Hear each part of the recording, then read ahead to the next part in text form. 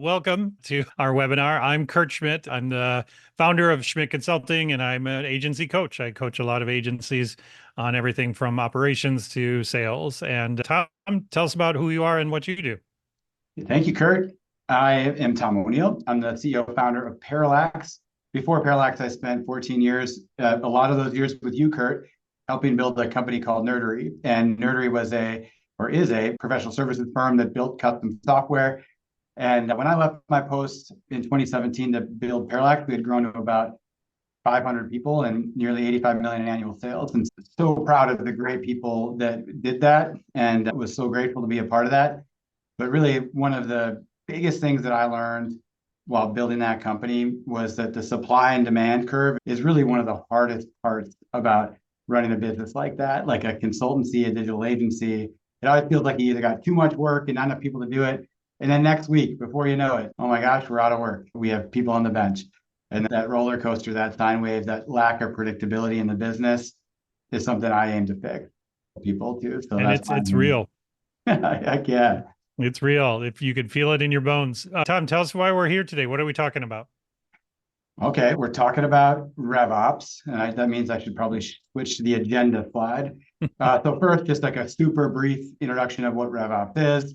Talk about like how we typically get here as founders or operators. If we're trying to scale beyond that founder-led sales, we got to understand where we started from, and then what it's going to take to get to the next level. I work with customers in my business as a coach all the time, and what I find from people that I'm working with is that one of the biggest problems in running their business is lack of predictability in revenue.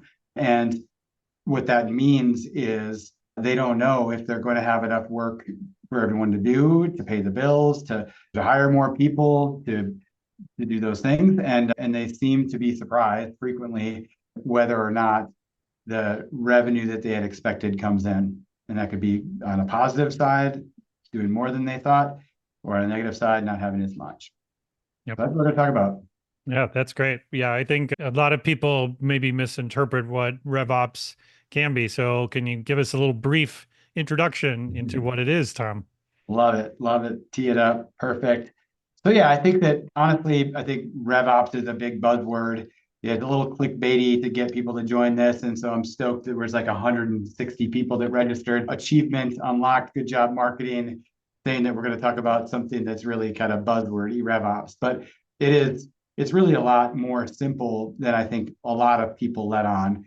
Really, it's just thinking about those things that we do to grow revenue or to expand revenue and figured out how to operationalize those things. So whether those are things that we're doing with existing accounts to try to, again, extend existing projects or sell an expansion project, and those things that we're doing with potential new business to bring new opportunity into the door. How do we do those things consistently? How do we scale those things? That's RevOps.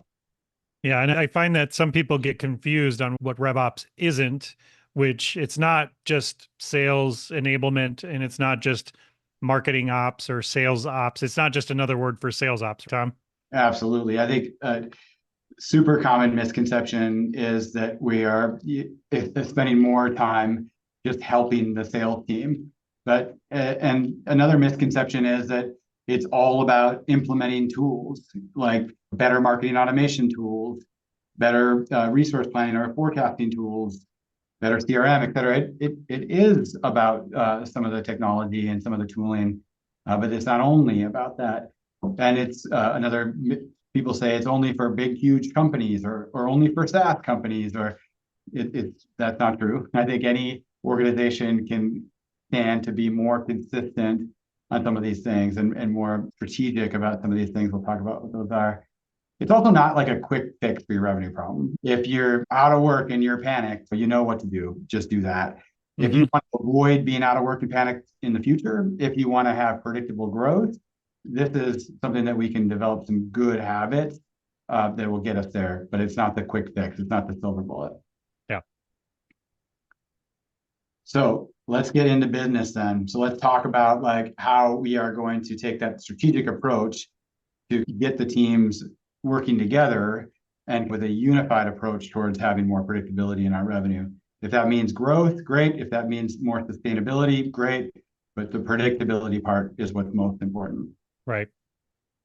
And before we do that, though, I think it's really important, especially the audience that I think we have on the call. I did a little bit of a roll call here with our CRM, our marketing team and our RevOps team did a great job identifying who's on this call. And based on the data that I pulled, there are a lot of founders here. There are a lot of CEOs here. And then there are some people who are operating the business, like head of delivery type people that are working with these founders. But I think the important thing that I think I want to point out, if we're going to scale beyond the founder-led sale, is like where we started from, right? What is the story of that founder's original journey? Because I think what I've seen across the industry, the most common story or journey that these agencies or consultancies have is that they're professional services companies that were built by people who had a lot of passion for the craft, whether that's building software, doing marketing, providing some like very strategic consulting. Maybe that's on content. It's like some of my favorite people on the call. Whatever that craft is, that commonality that I see is that the founders started because they're passionate about that. And because their passion, because their experience and their efficacy in that craft, they're surrounded by people who want to be a part of that they see the magic that founder can produce, and they want to be on that team, whether that's a part of the actual team of people doing the work, or whether that's just customers that want to work with that founder and that group to be experiencing that magic, right? And so that I think is super unique. Super consistent for this founder's journey. What also happens though a lot is that as those companies start to grow, when you have dozens of customers and dozens of team members, before you know it, you're spending a lot less time on the magic stuff, and you're spending a little bit more time dealing with those customers and those people, right? It's really hard to scale the magic. Yeah, you're going to find that very quickly. If you already haven't. Absolutely. And I'm guessing many of the people on the call, the clickbait of RevOps and talking about moving from this founder-led growth to RevOps, it's likely that you're feeling that right now. But I think that we also got to identify what we are trying to do and what we're not trying to do. We're trying to bring back your focus on the magic. The people that founded these companies, the people leading these companies, their passion, their ability to innovate, their vision for where this service offering or capability could go and where it should go, their eye for talent, that's the stuff that's magic. We want to do more of that. Yep. And we want to spend less time on the stuff that we might sometimes think is the important things that got us here, like the hustle, the hard work, the late nights, the tactical efforts related to growing the business. And so those are two very different things, right? Yeah, we had to work hard to do some of those things, but now you have a scale in your business where you shouldn't have to work that hard anymore. Yep. And your value isn't there, even though you are the master of problem solving at the company, and that can somewhat feed an ego and make people feel very special. It's not going to help you where you really want to go. Absolutely. And a lot of times I talk to founders who are in this inflection point where they're like, we want to scale the business. We want more consistent revenue. Maybe I'm going to hire like a full-time salesperson. And I always step back and say, okay, let's talk about that quick. Why do you want to hire a really great salesperson? Oh, I talked to this person and he has this huge Rolodex and he's going to be able to replace me as the founder and just do all that sales stuff so I don't have to do it anymore. And we're going to get to this, but I always ask them to pause and say, was that going to work? I haven't seen it work very often, and I'll tell you why. The number one reason why is because your customers didn't come to you because you have a great salesperson. Your team didn't join because you have a great salesperson. Your team joined because of the magic, because of your team's, your culture's passion, innovation, vision, and your eye for talent. That's why those people are there. Let's think about what we need to replace in those not magic things, and maybe even find someone who might be better than you are at those things, right? And we'll talk more about that later. And everything's about AI right now. So I have a Python book here. I'm assuming all of you founders are like your next innovation, your next magic or vision is like something related to ML, and you're writing Python code in the background here right now as I speak. I'm not projecting at all, by the way. Again, let's understand where we came from. Because when we started the company, this heroic effort that is habitual at this point for many of us, that was a good thing. This heroic effort, it was easy and it was fun because we were a small company and we didn't have dozens of projects. We didn't maybe have dozens of employees yet. So we didn't have all the potential issues or challenges or opportunities related to those dozens and dozens. So we were probably able to focus more on those strategic things and be very innovative and fast. And we were crushing the competition because we were a small team that was very nimble and agile. And again, without those distractions yet, minimal triage and firefighting, we were able to be very strategic and very quick with our innovation and change. Yeah, and it's a different mindset to be the underdog, right? But now you're a 50-person agency, a 100-person agency. You're not the underdog anymore. That's right. That's right. And you may not, I think many of the companies that I run into at this kind of inflection point where they're looking to move away from this like reliance on the founder to be a part of sales, they're not realizing the benefit of that scale yet, right? They might be 150 people, they may be 500 people. I've seen them on all different ends of the spectrum. But again, they're not maybe seeing the benefit of that scale yet. And it's not just new business, right, Tom? And it's repeating business. It's people re-upping, all that stuff. So when we're talking about sales, we're talking about it holistically here. That's right. Kurt, before we figured this out at Nerdery, I think that we were pretty short-sighted. We'd sell a lot of new business, lots of new logos, and we'd just let these other customers we worked so hard to win go find someone else to support their product that we built for them, or like maybe even expand on it, whatever. Sure. We didn't really understand, to your point, that we should operationalize that work related to expanding our existing accounts, nurturing those, right? And so RevOps is that full flywheel. It's not just the funnel. I love it. And so, yeah, again, like, where are we now? We started, heroic effort was good.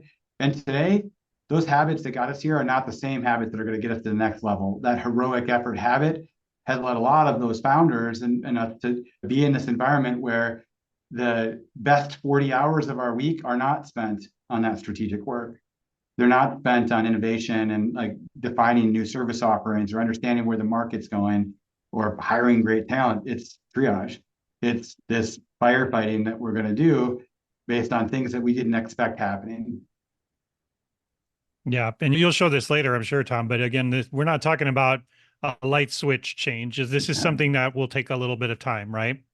That's right. Yeah, I think that what I see often and what I've experienced myself is that we, the founders, are the frogs that get boiled in the pot. So it didn't happen overnight that we found ourselves in this environment where we're spending most of our time triage and firefighting, and maybe even sometimes still doing some of the work. It just happened over time, and all of a sudden we're boiled. Yeah. And just as you described, we're not going to just replace that tomorrow. We have to very thoughtfully make a change, a migration from like where we are today to where we want to be. We're going to talk about what that is. And I think that the triage and firefighting, just to exemplify it a little bit, it happens all the time where maybe we've got some strategic planning that we plan to do this week. And then all of a sudden, two of our largest clients kind of stall, and we have to move that strategic planning thing aside to figure out what we're going to do to replace them or to ramp another thing up, or maybe even to a way to cover these expenses while we're not getting the revenue. Or maybe the opposite is true, like strategic planning meeting, we're all excited, we're going to do this work. And then, oh my gosh, we closed this big deal that we didn't expect, and we have to find a way to put 10 more people on a program. Right. All those things are distracting us from putting our best 40 on that more strategic work. Better predictability would help us resolve those things before they happen, hopefully. That's right. And so what's the real problem? I love the hat metaphor. I think it's just so perfect. Like, as founders, we like with pride sometimes describe how, I wear a lot of hats. I'm always like doing all the things. And again, it takes us some time, though, I think, to realize that there's a funny thing about hats. You can only wear one at a time. And so when I'm putting my attention and my focus on new business, before you know it, we find ourselves at the top of that roller coaster that says, oh my gosh, we got way too much work, not enough people to do it.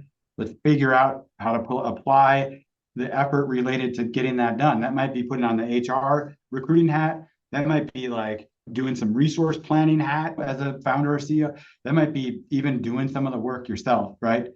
But before you know it, that sales hat has been like on the table for too long. And we find ourselves on the other end of the roller coaster where it's shit, we need more work. What are Yep. we going to do? Yeah, and your strategic long-term planning hat never comes into play at the top of that or the bottom of that because there's just no room anymore on the top of your head to Uh, continue the metaphor, right? but I'm going to do it over the weekend, man. I'm going to come in and I'm whatever. Oh, how many people I'd love to get a show people comment. How many people here have said, oh, I'm going to block off 2 days next week and I'm just going to heads down work on strategic stuff and never happens. That's right. That's No. right. Okay, so I think that's the problem, right? Let's figure out how to distribute some of these hats. Because many of us as founders or the CEOs in your company, they might be wearing 12 or 13 hats right now. And I'm not saying you're going to just pan them all out and you just wear the CEO hat. I'm saying let's figure it out. Let's break it down. Someone asked, like, how long does this process usually take? We'll get to more of the process. But I think that the way that I would approach it is that when we're thinking about revenue operations, what are the most important things that we need to do consistently in order to have consistent and predictable revenue?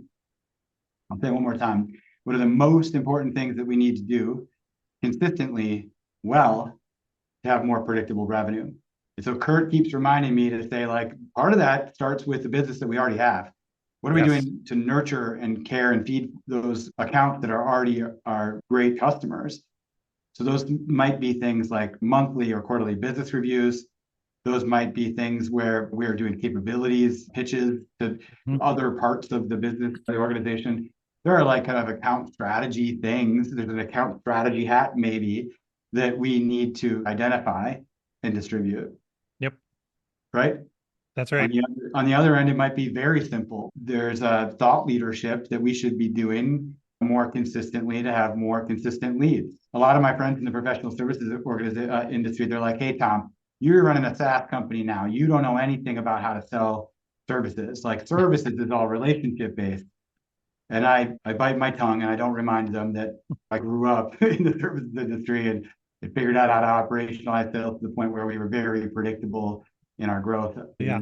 every year. Let's also be honest here. All sales are relationship based. It That's doesn't exactly right. it That's doesn't exactly. matter if you're buying an iPhone or if you're buying plumbing services. They are And, relationship and so based. how are you building new relationships? How are you nurturing those relationships? Yep. And are you doing it consistently? I tell you what, when you end at the bottom of the roller coaster and you're out of work, you do something naturally today. It's just by instinct to shake the tree to try to get more sales to fall, like to come in. What are those things that you're doing to either nurture existing relationships to get work out of them or to build new relationships to get work out of them? What are those things that you're doing? You know what to do.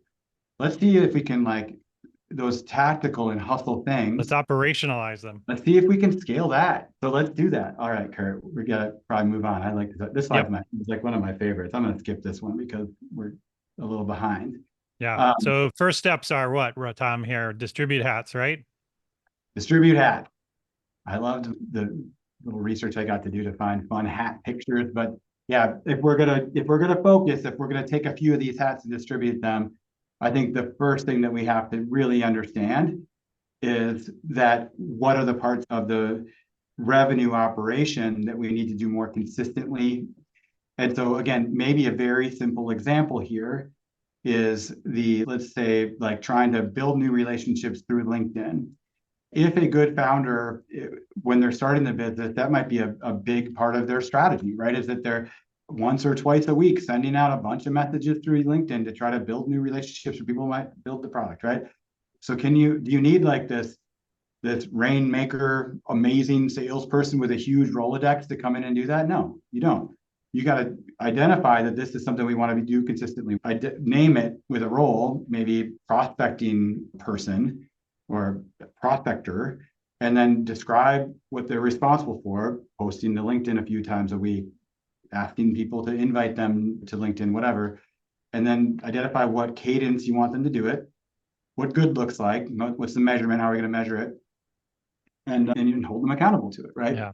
And It's be a realistic about it as well. I remember we went through this exercise at my agency a few years ago where one of my partners was saying he didn't want to do invoicing anymore, for example, right? That was taking up a lot of his time. And so we set a date out like 9 months from now, he won't be doing invoicing anymore. Mhm.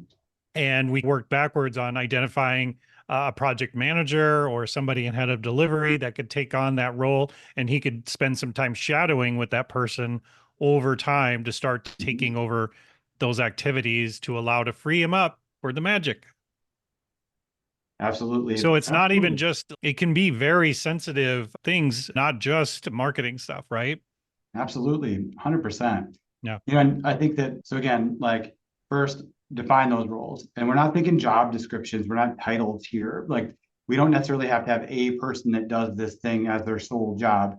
It's really just if I'm wearing 13 hats and there's other people on my team that are wearing one or two, can I give that role to somebody else for a period of time that's able to do it more consistently? And so let's take an example here again. Maybe we'll call it like strategic account planner. If the CEO currently, when we need to shake that tree, is going around the business and saying which of our accounts like have room for opportunity for growth, if that's one of the things that we're doing kind of ad hoc, can we define that as a role that we can hand off to someone else? Maybe an account manager, maybe a project manager, maybe if you do have a salesperson who would do expansion. And then define the cadence at which we expect them to deliver on the responsibilities related to that. So again, if this is the scenario, maybe the cadence says we do a monthly business review. Maybe it's a quarterly business review. Maybe it's like a bi-weekly report that we give the rest of the organization that's a forecast on what we 6 to 12 months. What are those responsibilities? What's the cadence at which we expect them to deliver? Now, I think sometimes it's hard to hand those things off as a founder or an operator because you're like, man, by the time I like explain to them how to do this, and it takes some kind of nuance and how to ask for more work for this customer, and there's all the reasons that it's hard to hand those things off. But I think that you got to be honest with yourself and say, are you doing it consistently? And more importantly, do you have the time to do it consistently right now? Right. Because even if you're doing it somewhat consistently, chances are you're not doing it as well as you could. As you got to take a little bit of a leap of faith to say, if I'm going to delegate this to a project manager, she may not be experienced in doing this today. But after 3 weeks, I promise you that might be different. She'll get some reps if we give her some feedback. So define the roles of responsibility, what the cadence is we're going to expect that responsibility to be delivered, and then what's the feedback loop so that when we're Right. distributing these roles and we're empowering these people, we're coaching them and we're providing accountability to their expectation. Yep. And so let's get down to business because you guys, I baited you in with this RevOps talk. So we've really talked more about, I think, good practice for delegation for leadership in this first part here.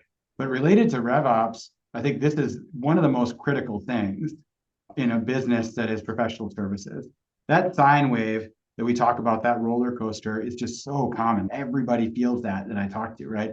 And I think it's mostly because they haven't taken those RevOps related hats and distributed them in almost every case. I've literally talked to hundreds of agencies and consultancies over the last 5 years, and in almost every case, they haven't named those roles and distributed them to somebody who could be more consistent in doing them well.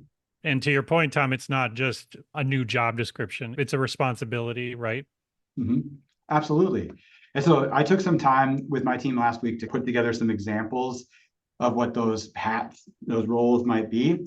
And I've documented them here. I'm happy to share them with you after. I know that our marketing team has already pestering me at the beginning to say, hey, Tom, where is that? So I can send it out. So you'll get an email with links to these. But what I identified here with 8 potential roles that I think are really important to a good RevOps strategy and operation. And those are, again, just, I don't expect you to read the fine print, but again, it's just an example. And it's not just about the activities here, but it's the metrics tied to each one of these that separates them. Is that right?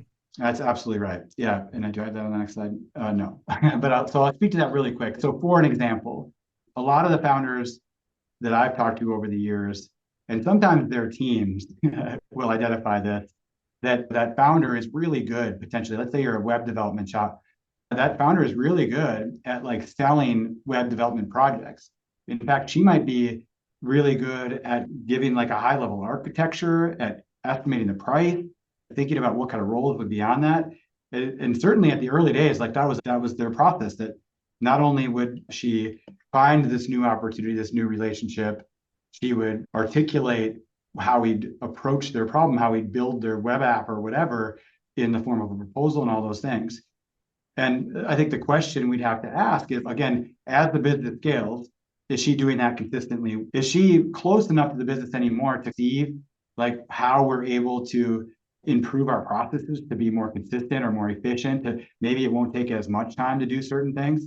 Maybe the technology has changed in a way that the methods are different, and we're applying maybe more time in design and DevOps than we were in like production in the past or something like that. Is she in touch? And not only that, when she's fighting fires and being reactive and doing all that stuff all day, does she have enough time to put like some real thought and some strategy into that proposal, right? Right. Maybe not. And so if not, maybe one of those first hats that she should delegate is the solutions engineer. And so define that role and what they're responsible for, how we measure, to your point, success there. That might be in the conversion rate of the proposals that we wrote. That might be in the gross margin of the project after we've delivered. I don't know. But figure out what those things are. And you don't have to hire a solutions engineer tomorrow. You might just say, hey, head of delivery or head of the UX practice or head of design, whatever practice, I want you to take this hat as a starting point. I want you to act as our solutions engineer because I know that you can make this more of a priority than I can to do it consistently well. That might evolve someday into a solutions engineer role that is an actual full-time job. But today, it's just a hat that we're handing off. So there's a lot here. Like I said, we can give you these as takeaway. My favorites that we'll talk about a little bit more is RevOps manager. Other role that I think is really important is a project leader. And that might be a project manager, that might be an account manager that fills this role. But related to RevOps, what should the people closest to the business, what role should they take in driving predictability in our revenue? Great. Someone asked on the thing how we segment current customers to secure the more profitable revenue streams. Yeah, I think that's a great question. I think it's a big part of like what we're trying to measure in RevOps. We'll cover that when I describe a little bit more about what a RevOps manager's role is. But maybe I'll touch on that as I show you what's on this screen too. So again, last week we tried to create some examples for inspiration of what you might do for a good RevOps strategy in a professional services business like a digital agency or software consultancy. And so the first thing is we got to define what the cadence category is. There's some things that you should do every week. There's some things that you should do every day. And there's some things that are more monthly. Again, I've illustrated a few examples here. Happy to dig into any of these. But as the attendee asked, how we segment current customer tier to secure better, more profitable revenue streams, I think that might be something that we're measuring on more of a monthly basis. And I think a good RevOps organization is going to be able to tell us very clearly cohorts of the different customers and also cohorts of different service offerings. So we should be able to see which of our services, is it our Drupal development or our WordPress development? Is it our mobile apps? Which of those service offerings are the most profitable? They're growing. Which of them are like declining? We're not doing it as much, and which ones are less profitable? And then also, like you had pointed out, whether the customer segments or cohorts, and maybe these old customers that we sold 2 years ago have low rates and very low margin, and we might need to sunset those. That's all part of the feedback loop that we're creating. Those are typically more on a monthly cadence, though, those feedback loops related to the performance of service offerings or customer. Yeah. And again, this is something that would grow over time, right, Tom? You wouldn't just naturally start out with adding 10 more meetings to your calendar in a month, right? That's absolutely right. That's absolutely right. And this is a very busy slide that is very, the example that I created for this, that's like the downloadable or whatever, I wanted to be somewhat robust and at 150 person digital consultancy or agency, what I thought the roles and responsibilities might be. So I'm sure you've all heard of this concept of RACI.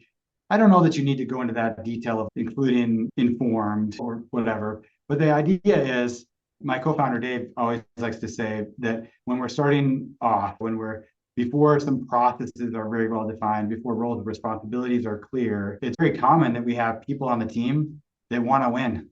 And they're going to do it no matter what, based on heroic effort. And so what that ends up feeling like a lot is little kid soccer, where we all see the ball, we're all going and running towards the ball, we're all trying to do our thing to get that ball in the goal. It's not coordinated, and it's certainly not clear of who is Nobody's ultimately playing any accountable. positions. Exactly, right?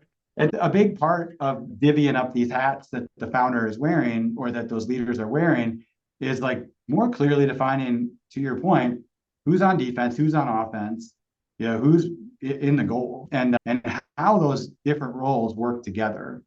And again, to what we were saying, this is we I would expect baby steps with this. Like start with one column, two columns. Eventually, maybe after a few months or a year, you'd have something more robust like this, right? Mm-hmm. Absolutely. Yeah.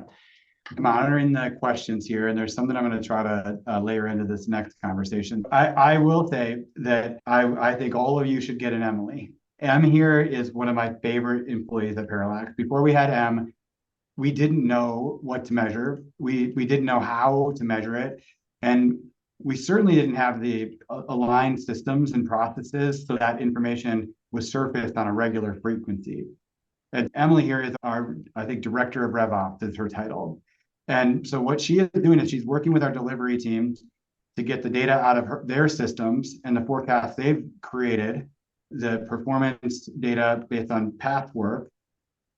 She's working with the finance team to incorporate how we budgeted our year, how our expenses relate to our revenue, how we're performing against that budget. And then she's working with our sales team and our marketing team to see in the new business part of our flywheel how the different channels are performing, the different outbound or inbound strategies are working, and she's pulling that all together. She is responsible for connecting those systems. So she's responsible for getting our HubSpot to work as both marketing automation and CRM. She's hooking that up into our forecasting tools with Parallax, and our customer success tools for us are more along the lines of SaaS.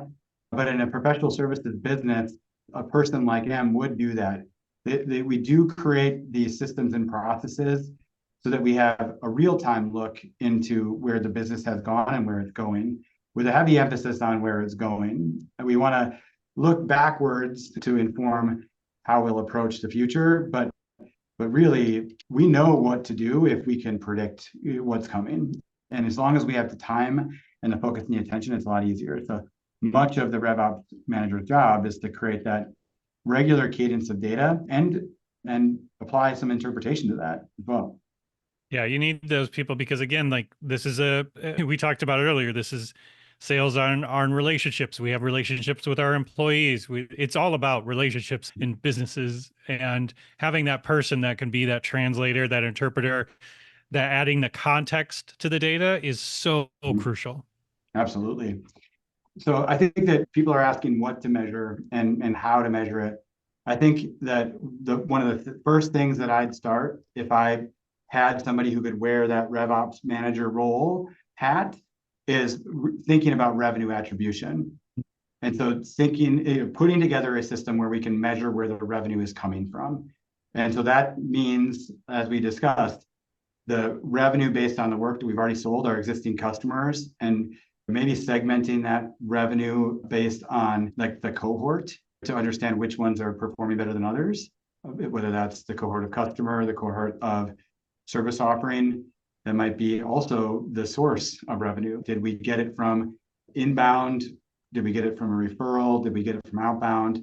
That revenue attribution is critical, where you actually when you take the time to figure out where is the revenue coming from and where is the pipeline revenue opportunity coming from, and if you look forward enough to kind of project what that means for your future, amazing things will happen.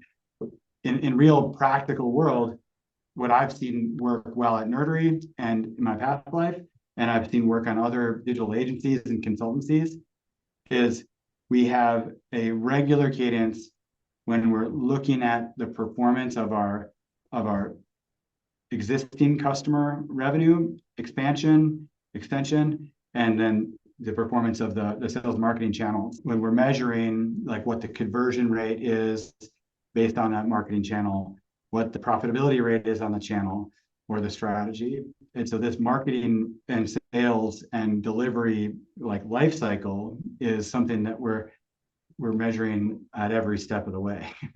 But we try to feed it back to the original source. So revenue attribution, I think, is the first thing I'd work on. Mm-hmm. Let's see, where were we? I went on a little bit of a rabbit hole there because of the question. No, it's good. I'm missing. It's good. It's good. Someone asked, we have a Franken sheet as we scale. Those metrics need to be far more specific, and a template of examples would be interesting. Happy to do that.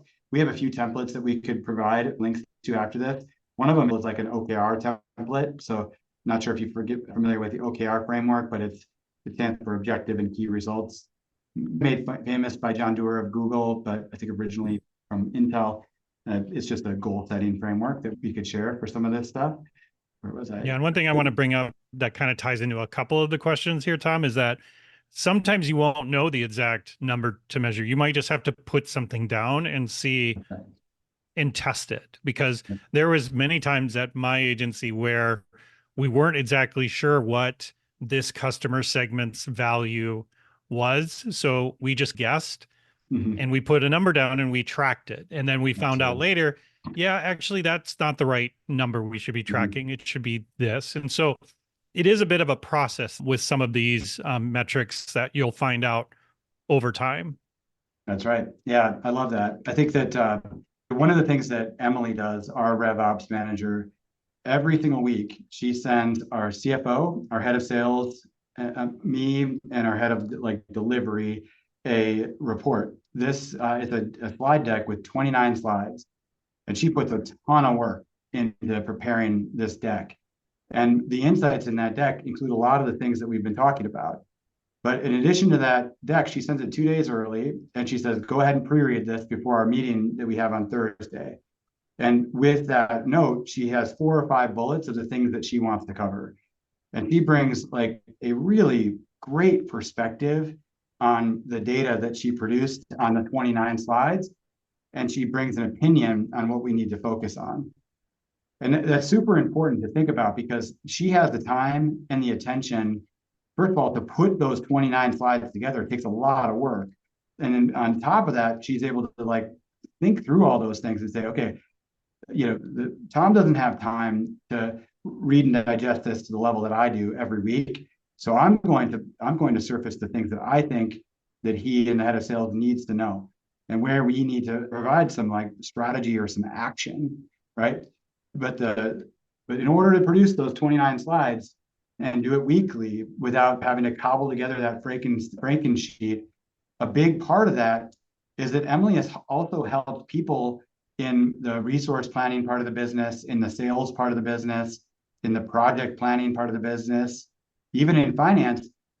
She's helped them adopt the roles relative to getting this data on a regular cadence into our systems, right? Because we don't want to build this perspective that Emily is bringing to us based on interrogating the business once a week, of her just pulling data from disparate systems into her Franken sheet and applying her own bias to it. We want this information to be informed by people that are closer to the business, right?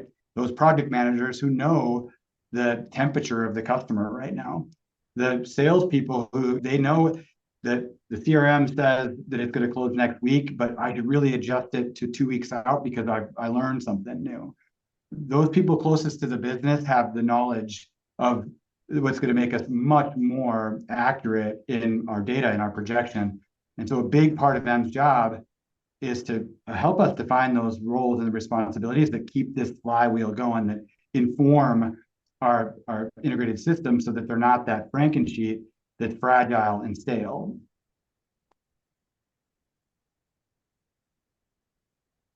Awesome. Okay, let's see. Okay, so what stands in the way? I think, typically, again, this founder, whether you're the founder or whether you're working here on behalf of the founder, typically this founder doesn't want to be holding on to all of the hats. Typically, they really do want to work on things that are more strategic. And I think, though, that we really have to have a little bit of humility and ask ourselves, what are the things that the revenue operation needs us to do consistently well? And am I doing it or not? And also, of those things, do they need my magic or not? Because even something as simple as reaching out on LinkedIn I think the founder might say, we need my magic to craft that message, to have that personal touch. And I Yeah. think you really have to challenge yourself on that. Mhm. Is there a way that you can get some help on some of the more tactical, like heroic effort things? Because we need to write, if this was your strategy, 20 or 5 of those a day. Can you do that? Is that worth more than you doing the Right. more strategic work?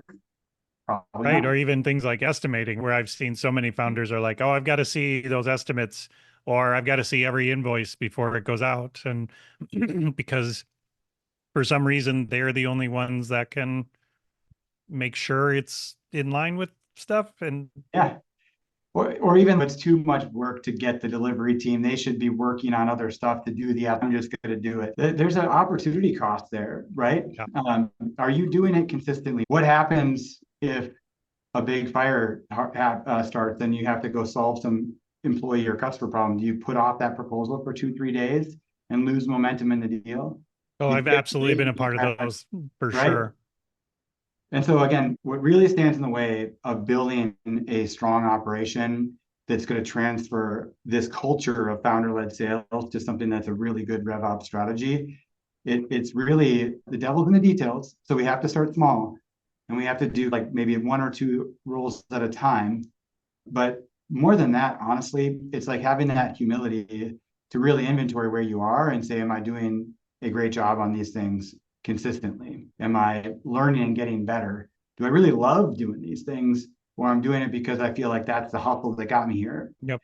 And And plus, you can also be somewhat gatekeeping in certain cases where you're not giving opportunities to people on your team to grow and push themselves by delegating some of these things. So it's something you really got to watch out for. It was something that I was taught a hard lesson early on, where I was doing a lot of things because I didn't want to bother certain people with more things when I didn't even bother asking because I just made the assumption.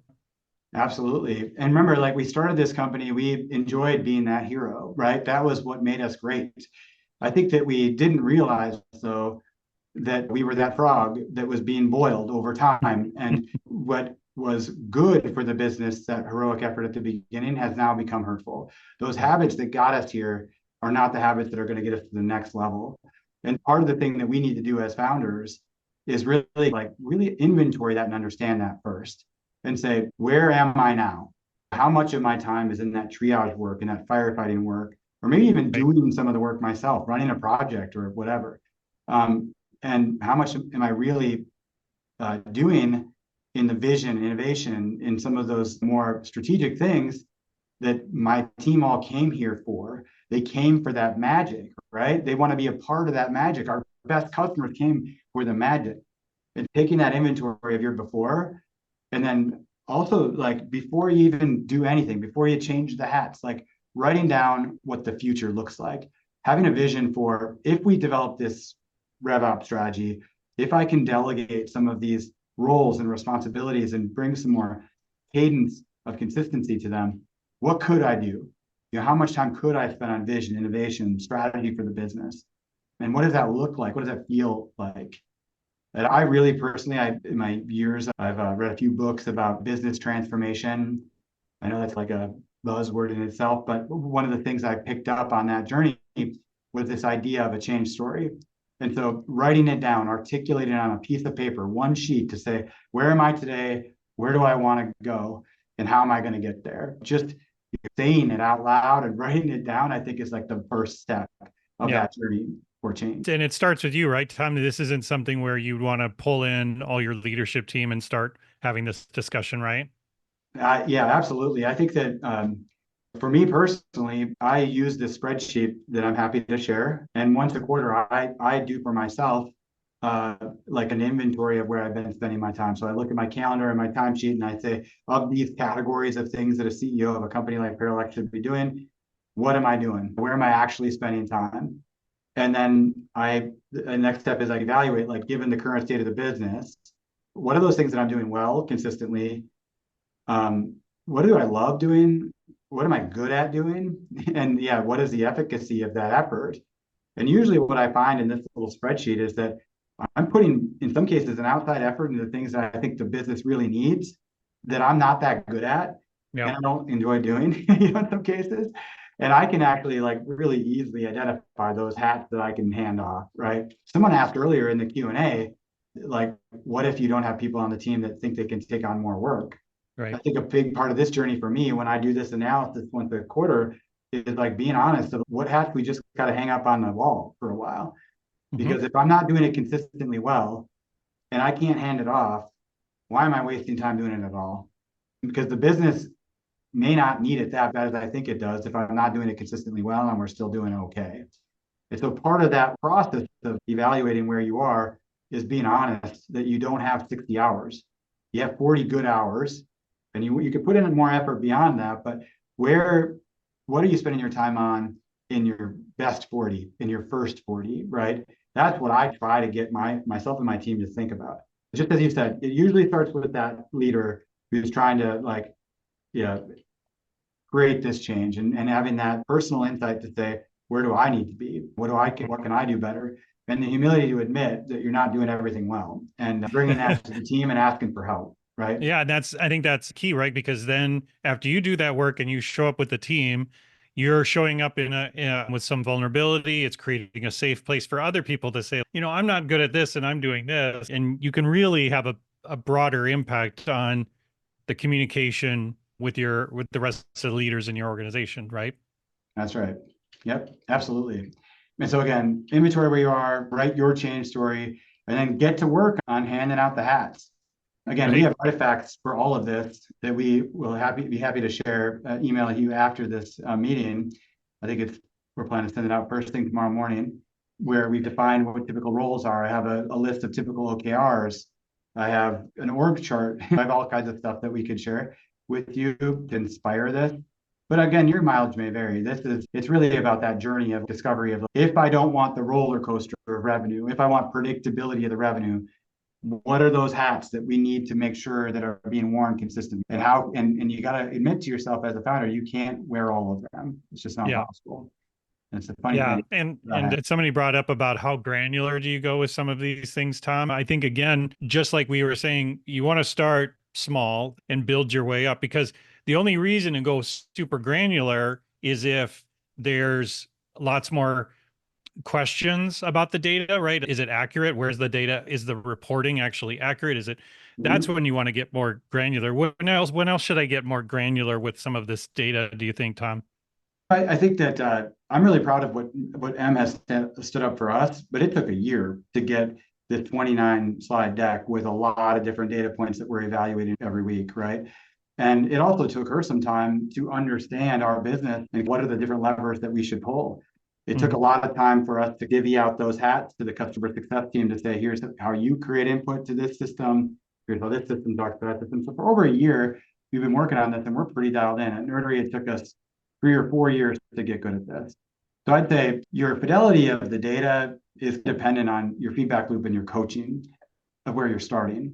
But quick stories. So I worked with a digital agency out of Kansas City on a challenge like this, where the founder, she's an awesome founder, about 50 employees, but not having that predictability of the revenue that we had hoped for, right? But she said, Tom, it's a relationship-based sale. I'm the only one that's good enough to do this, right? And so we said, okay, let's start there. What are you doing to get new relationships? What are you doing that typically results in you getting those Mhm. inbound opportunities? And a lot of it is when I write these blog posts and send them out through my LinkedIn. And usually if I do that, it creates one or two inbound leads because anyway, great. Can you do that every week? I try to. How often do you actually do it? Maybe once or twice a month, unless we need work. And then we do it more. And so we said, okay, cool. Let's see if we can find somebody. Let's name the role. Let's call it our content writer. And let's find someone to play that role of content writer. And let's set some expectations for them of that responsibility.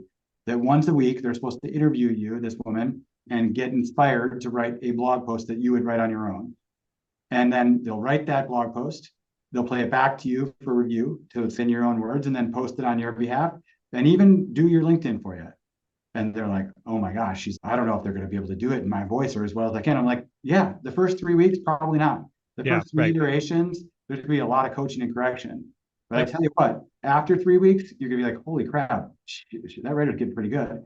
After 6 weeks, you're going to realize, why didn't I do this before? She's better Yeah, exactly. than I am at this. She's like incorporating SEO strategy into the post so the right keywords are there. She is figuring out how to measure it and tweak it and do an A/B testing. Before you know it, this person has a lot more time than you do, most likely, to Yep. read the books, to watch the YouTubes. They're going to exceed your expectations over time. Yep. So the fidelity of the metric is really about the feedback loop. You want to set these people up, this role, this hat that you're handing off. You want to make it easy enough to operationalize, right? And you want to give them enough white space to make it their own. But that cadence, that expectation of cadence of like how frequent and at what level are they going to deliver on this new responsibility of theirs? And how are you coaching them? How are you giving them that feedback loop? Yep. Over the course of the year, you're probably going to distribute 12 different roles related to RevOps. That's why I gave you guys some examples. Start with 2 or 3, right? The ones that you need right now.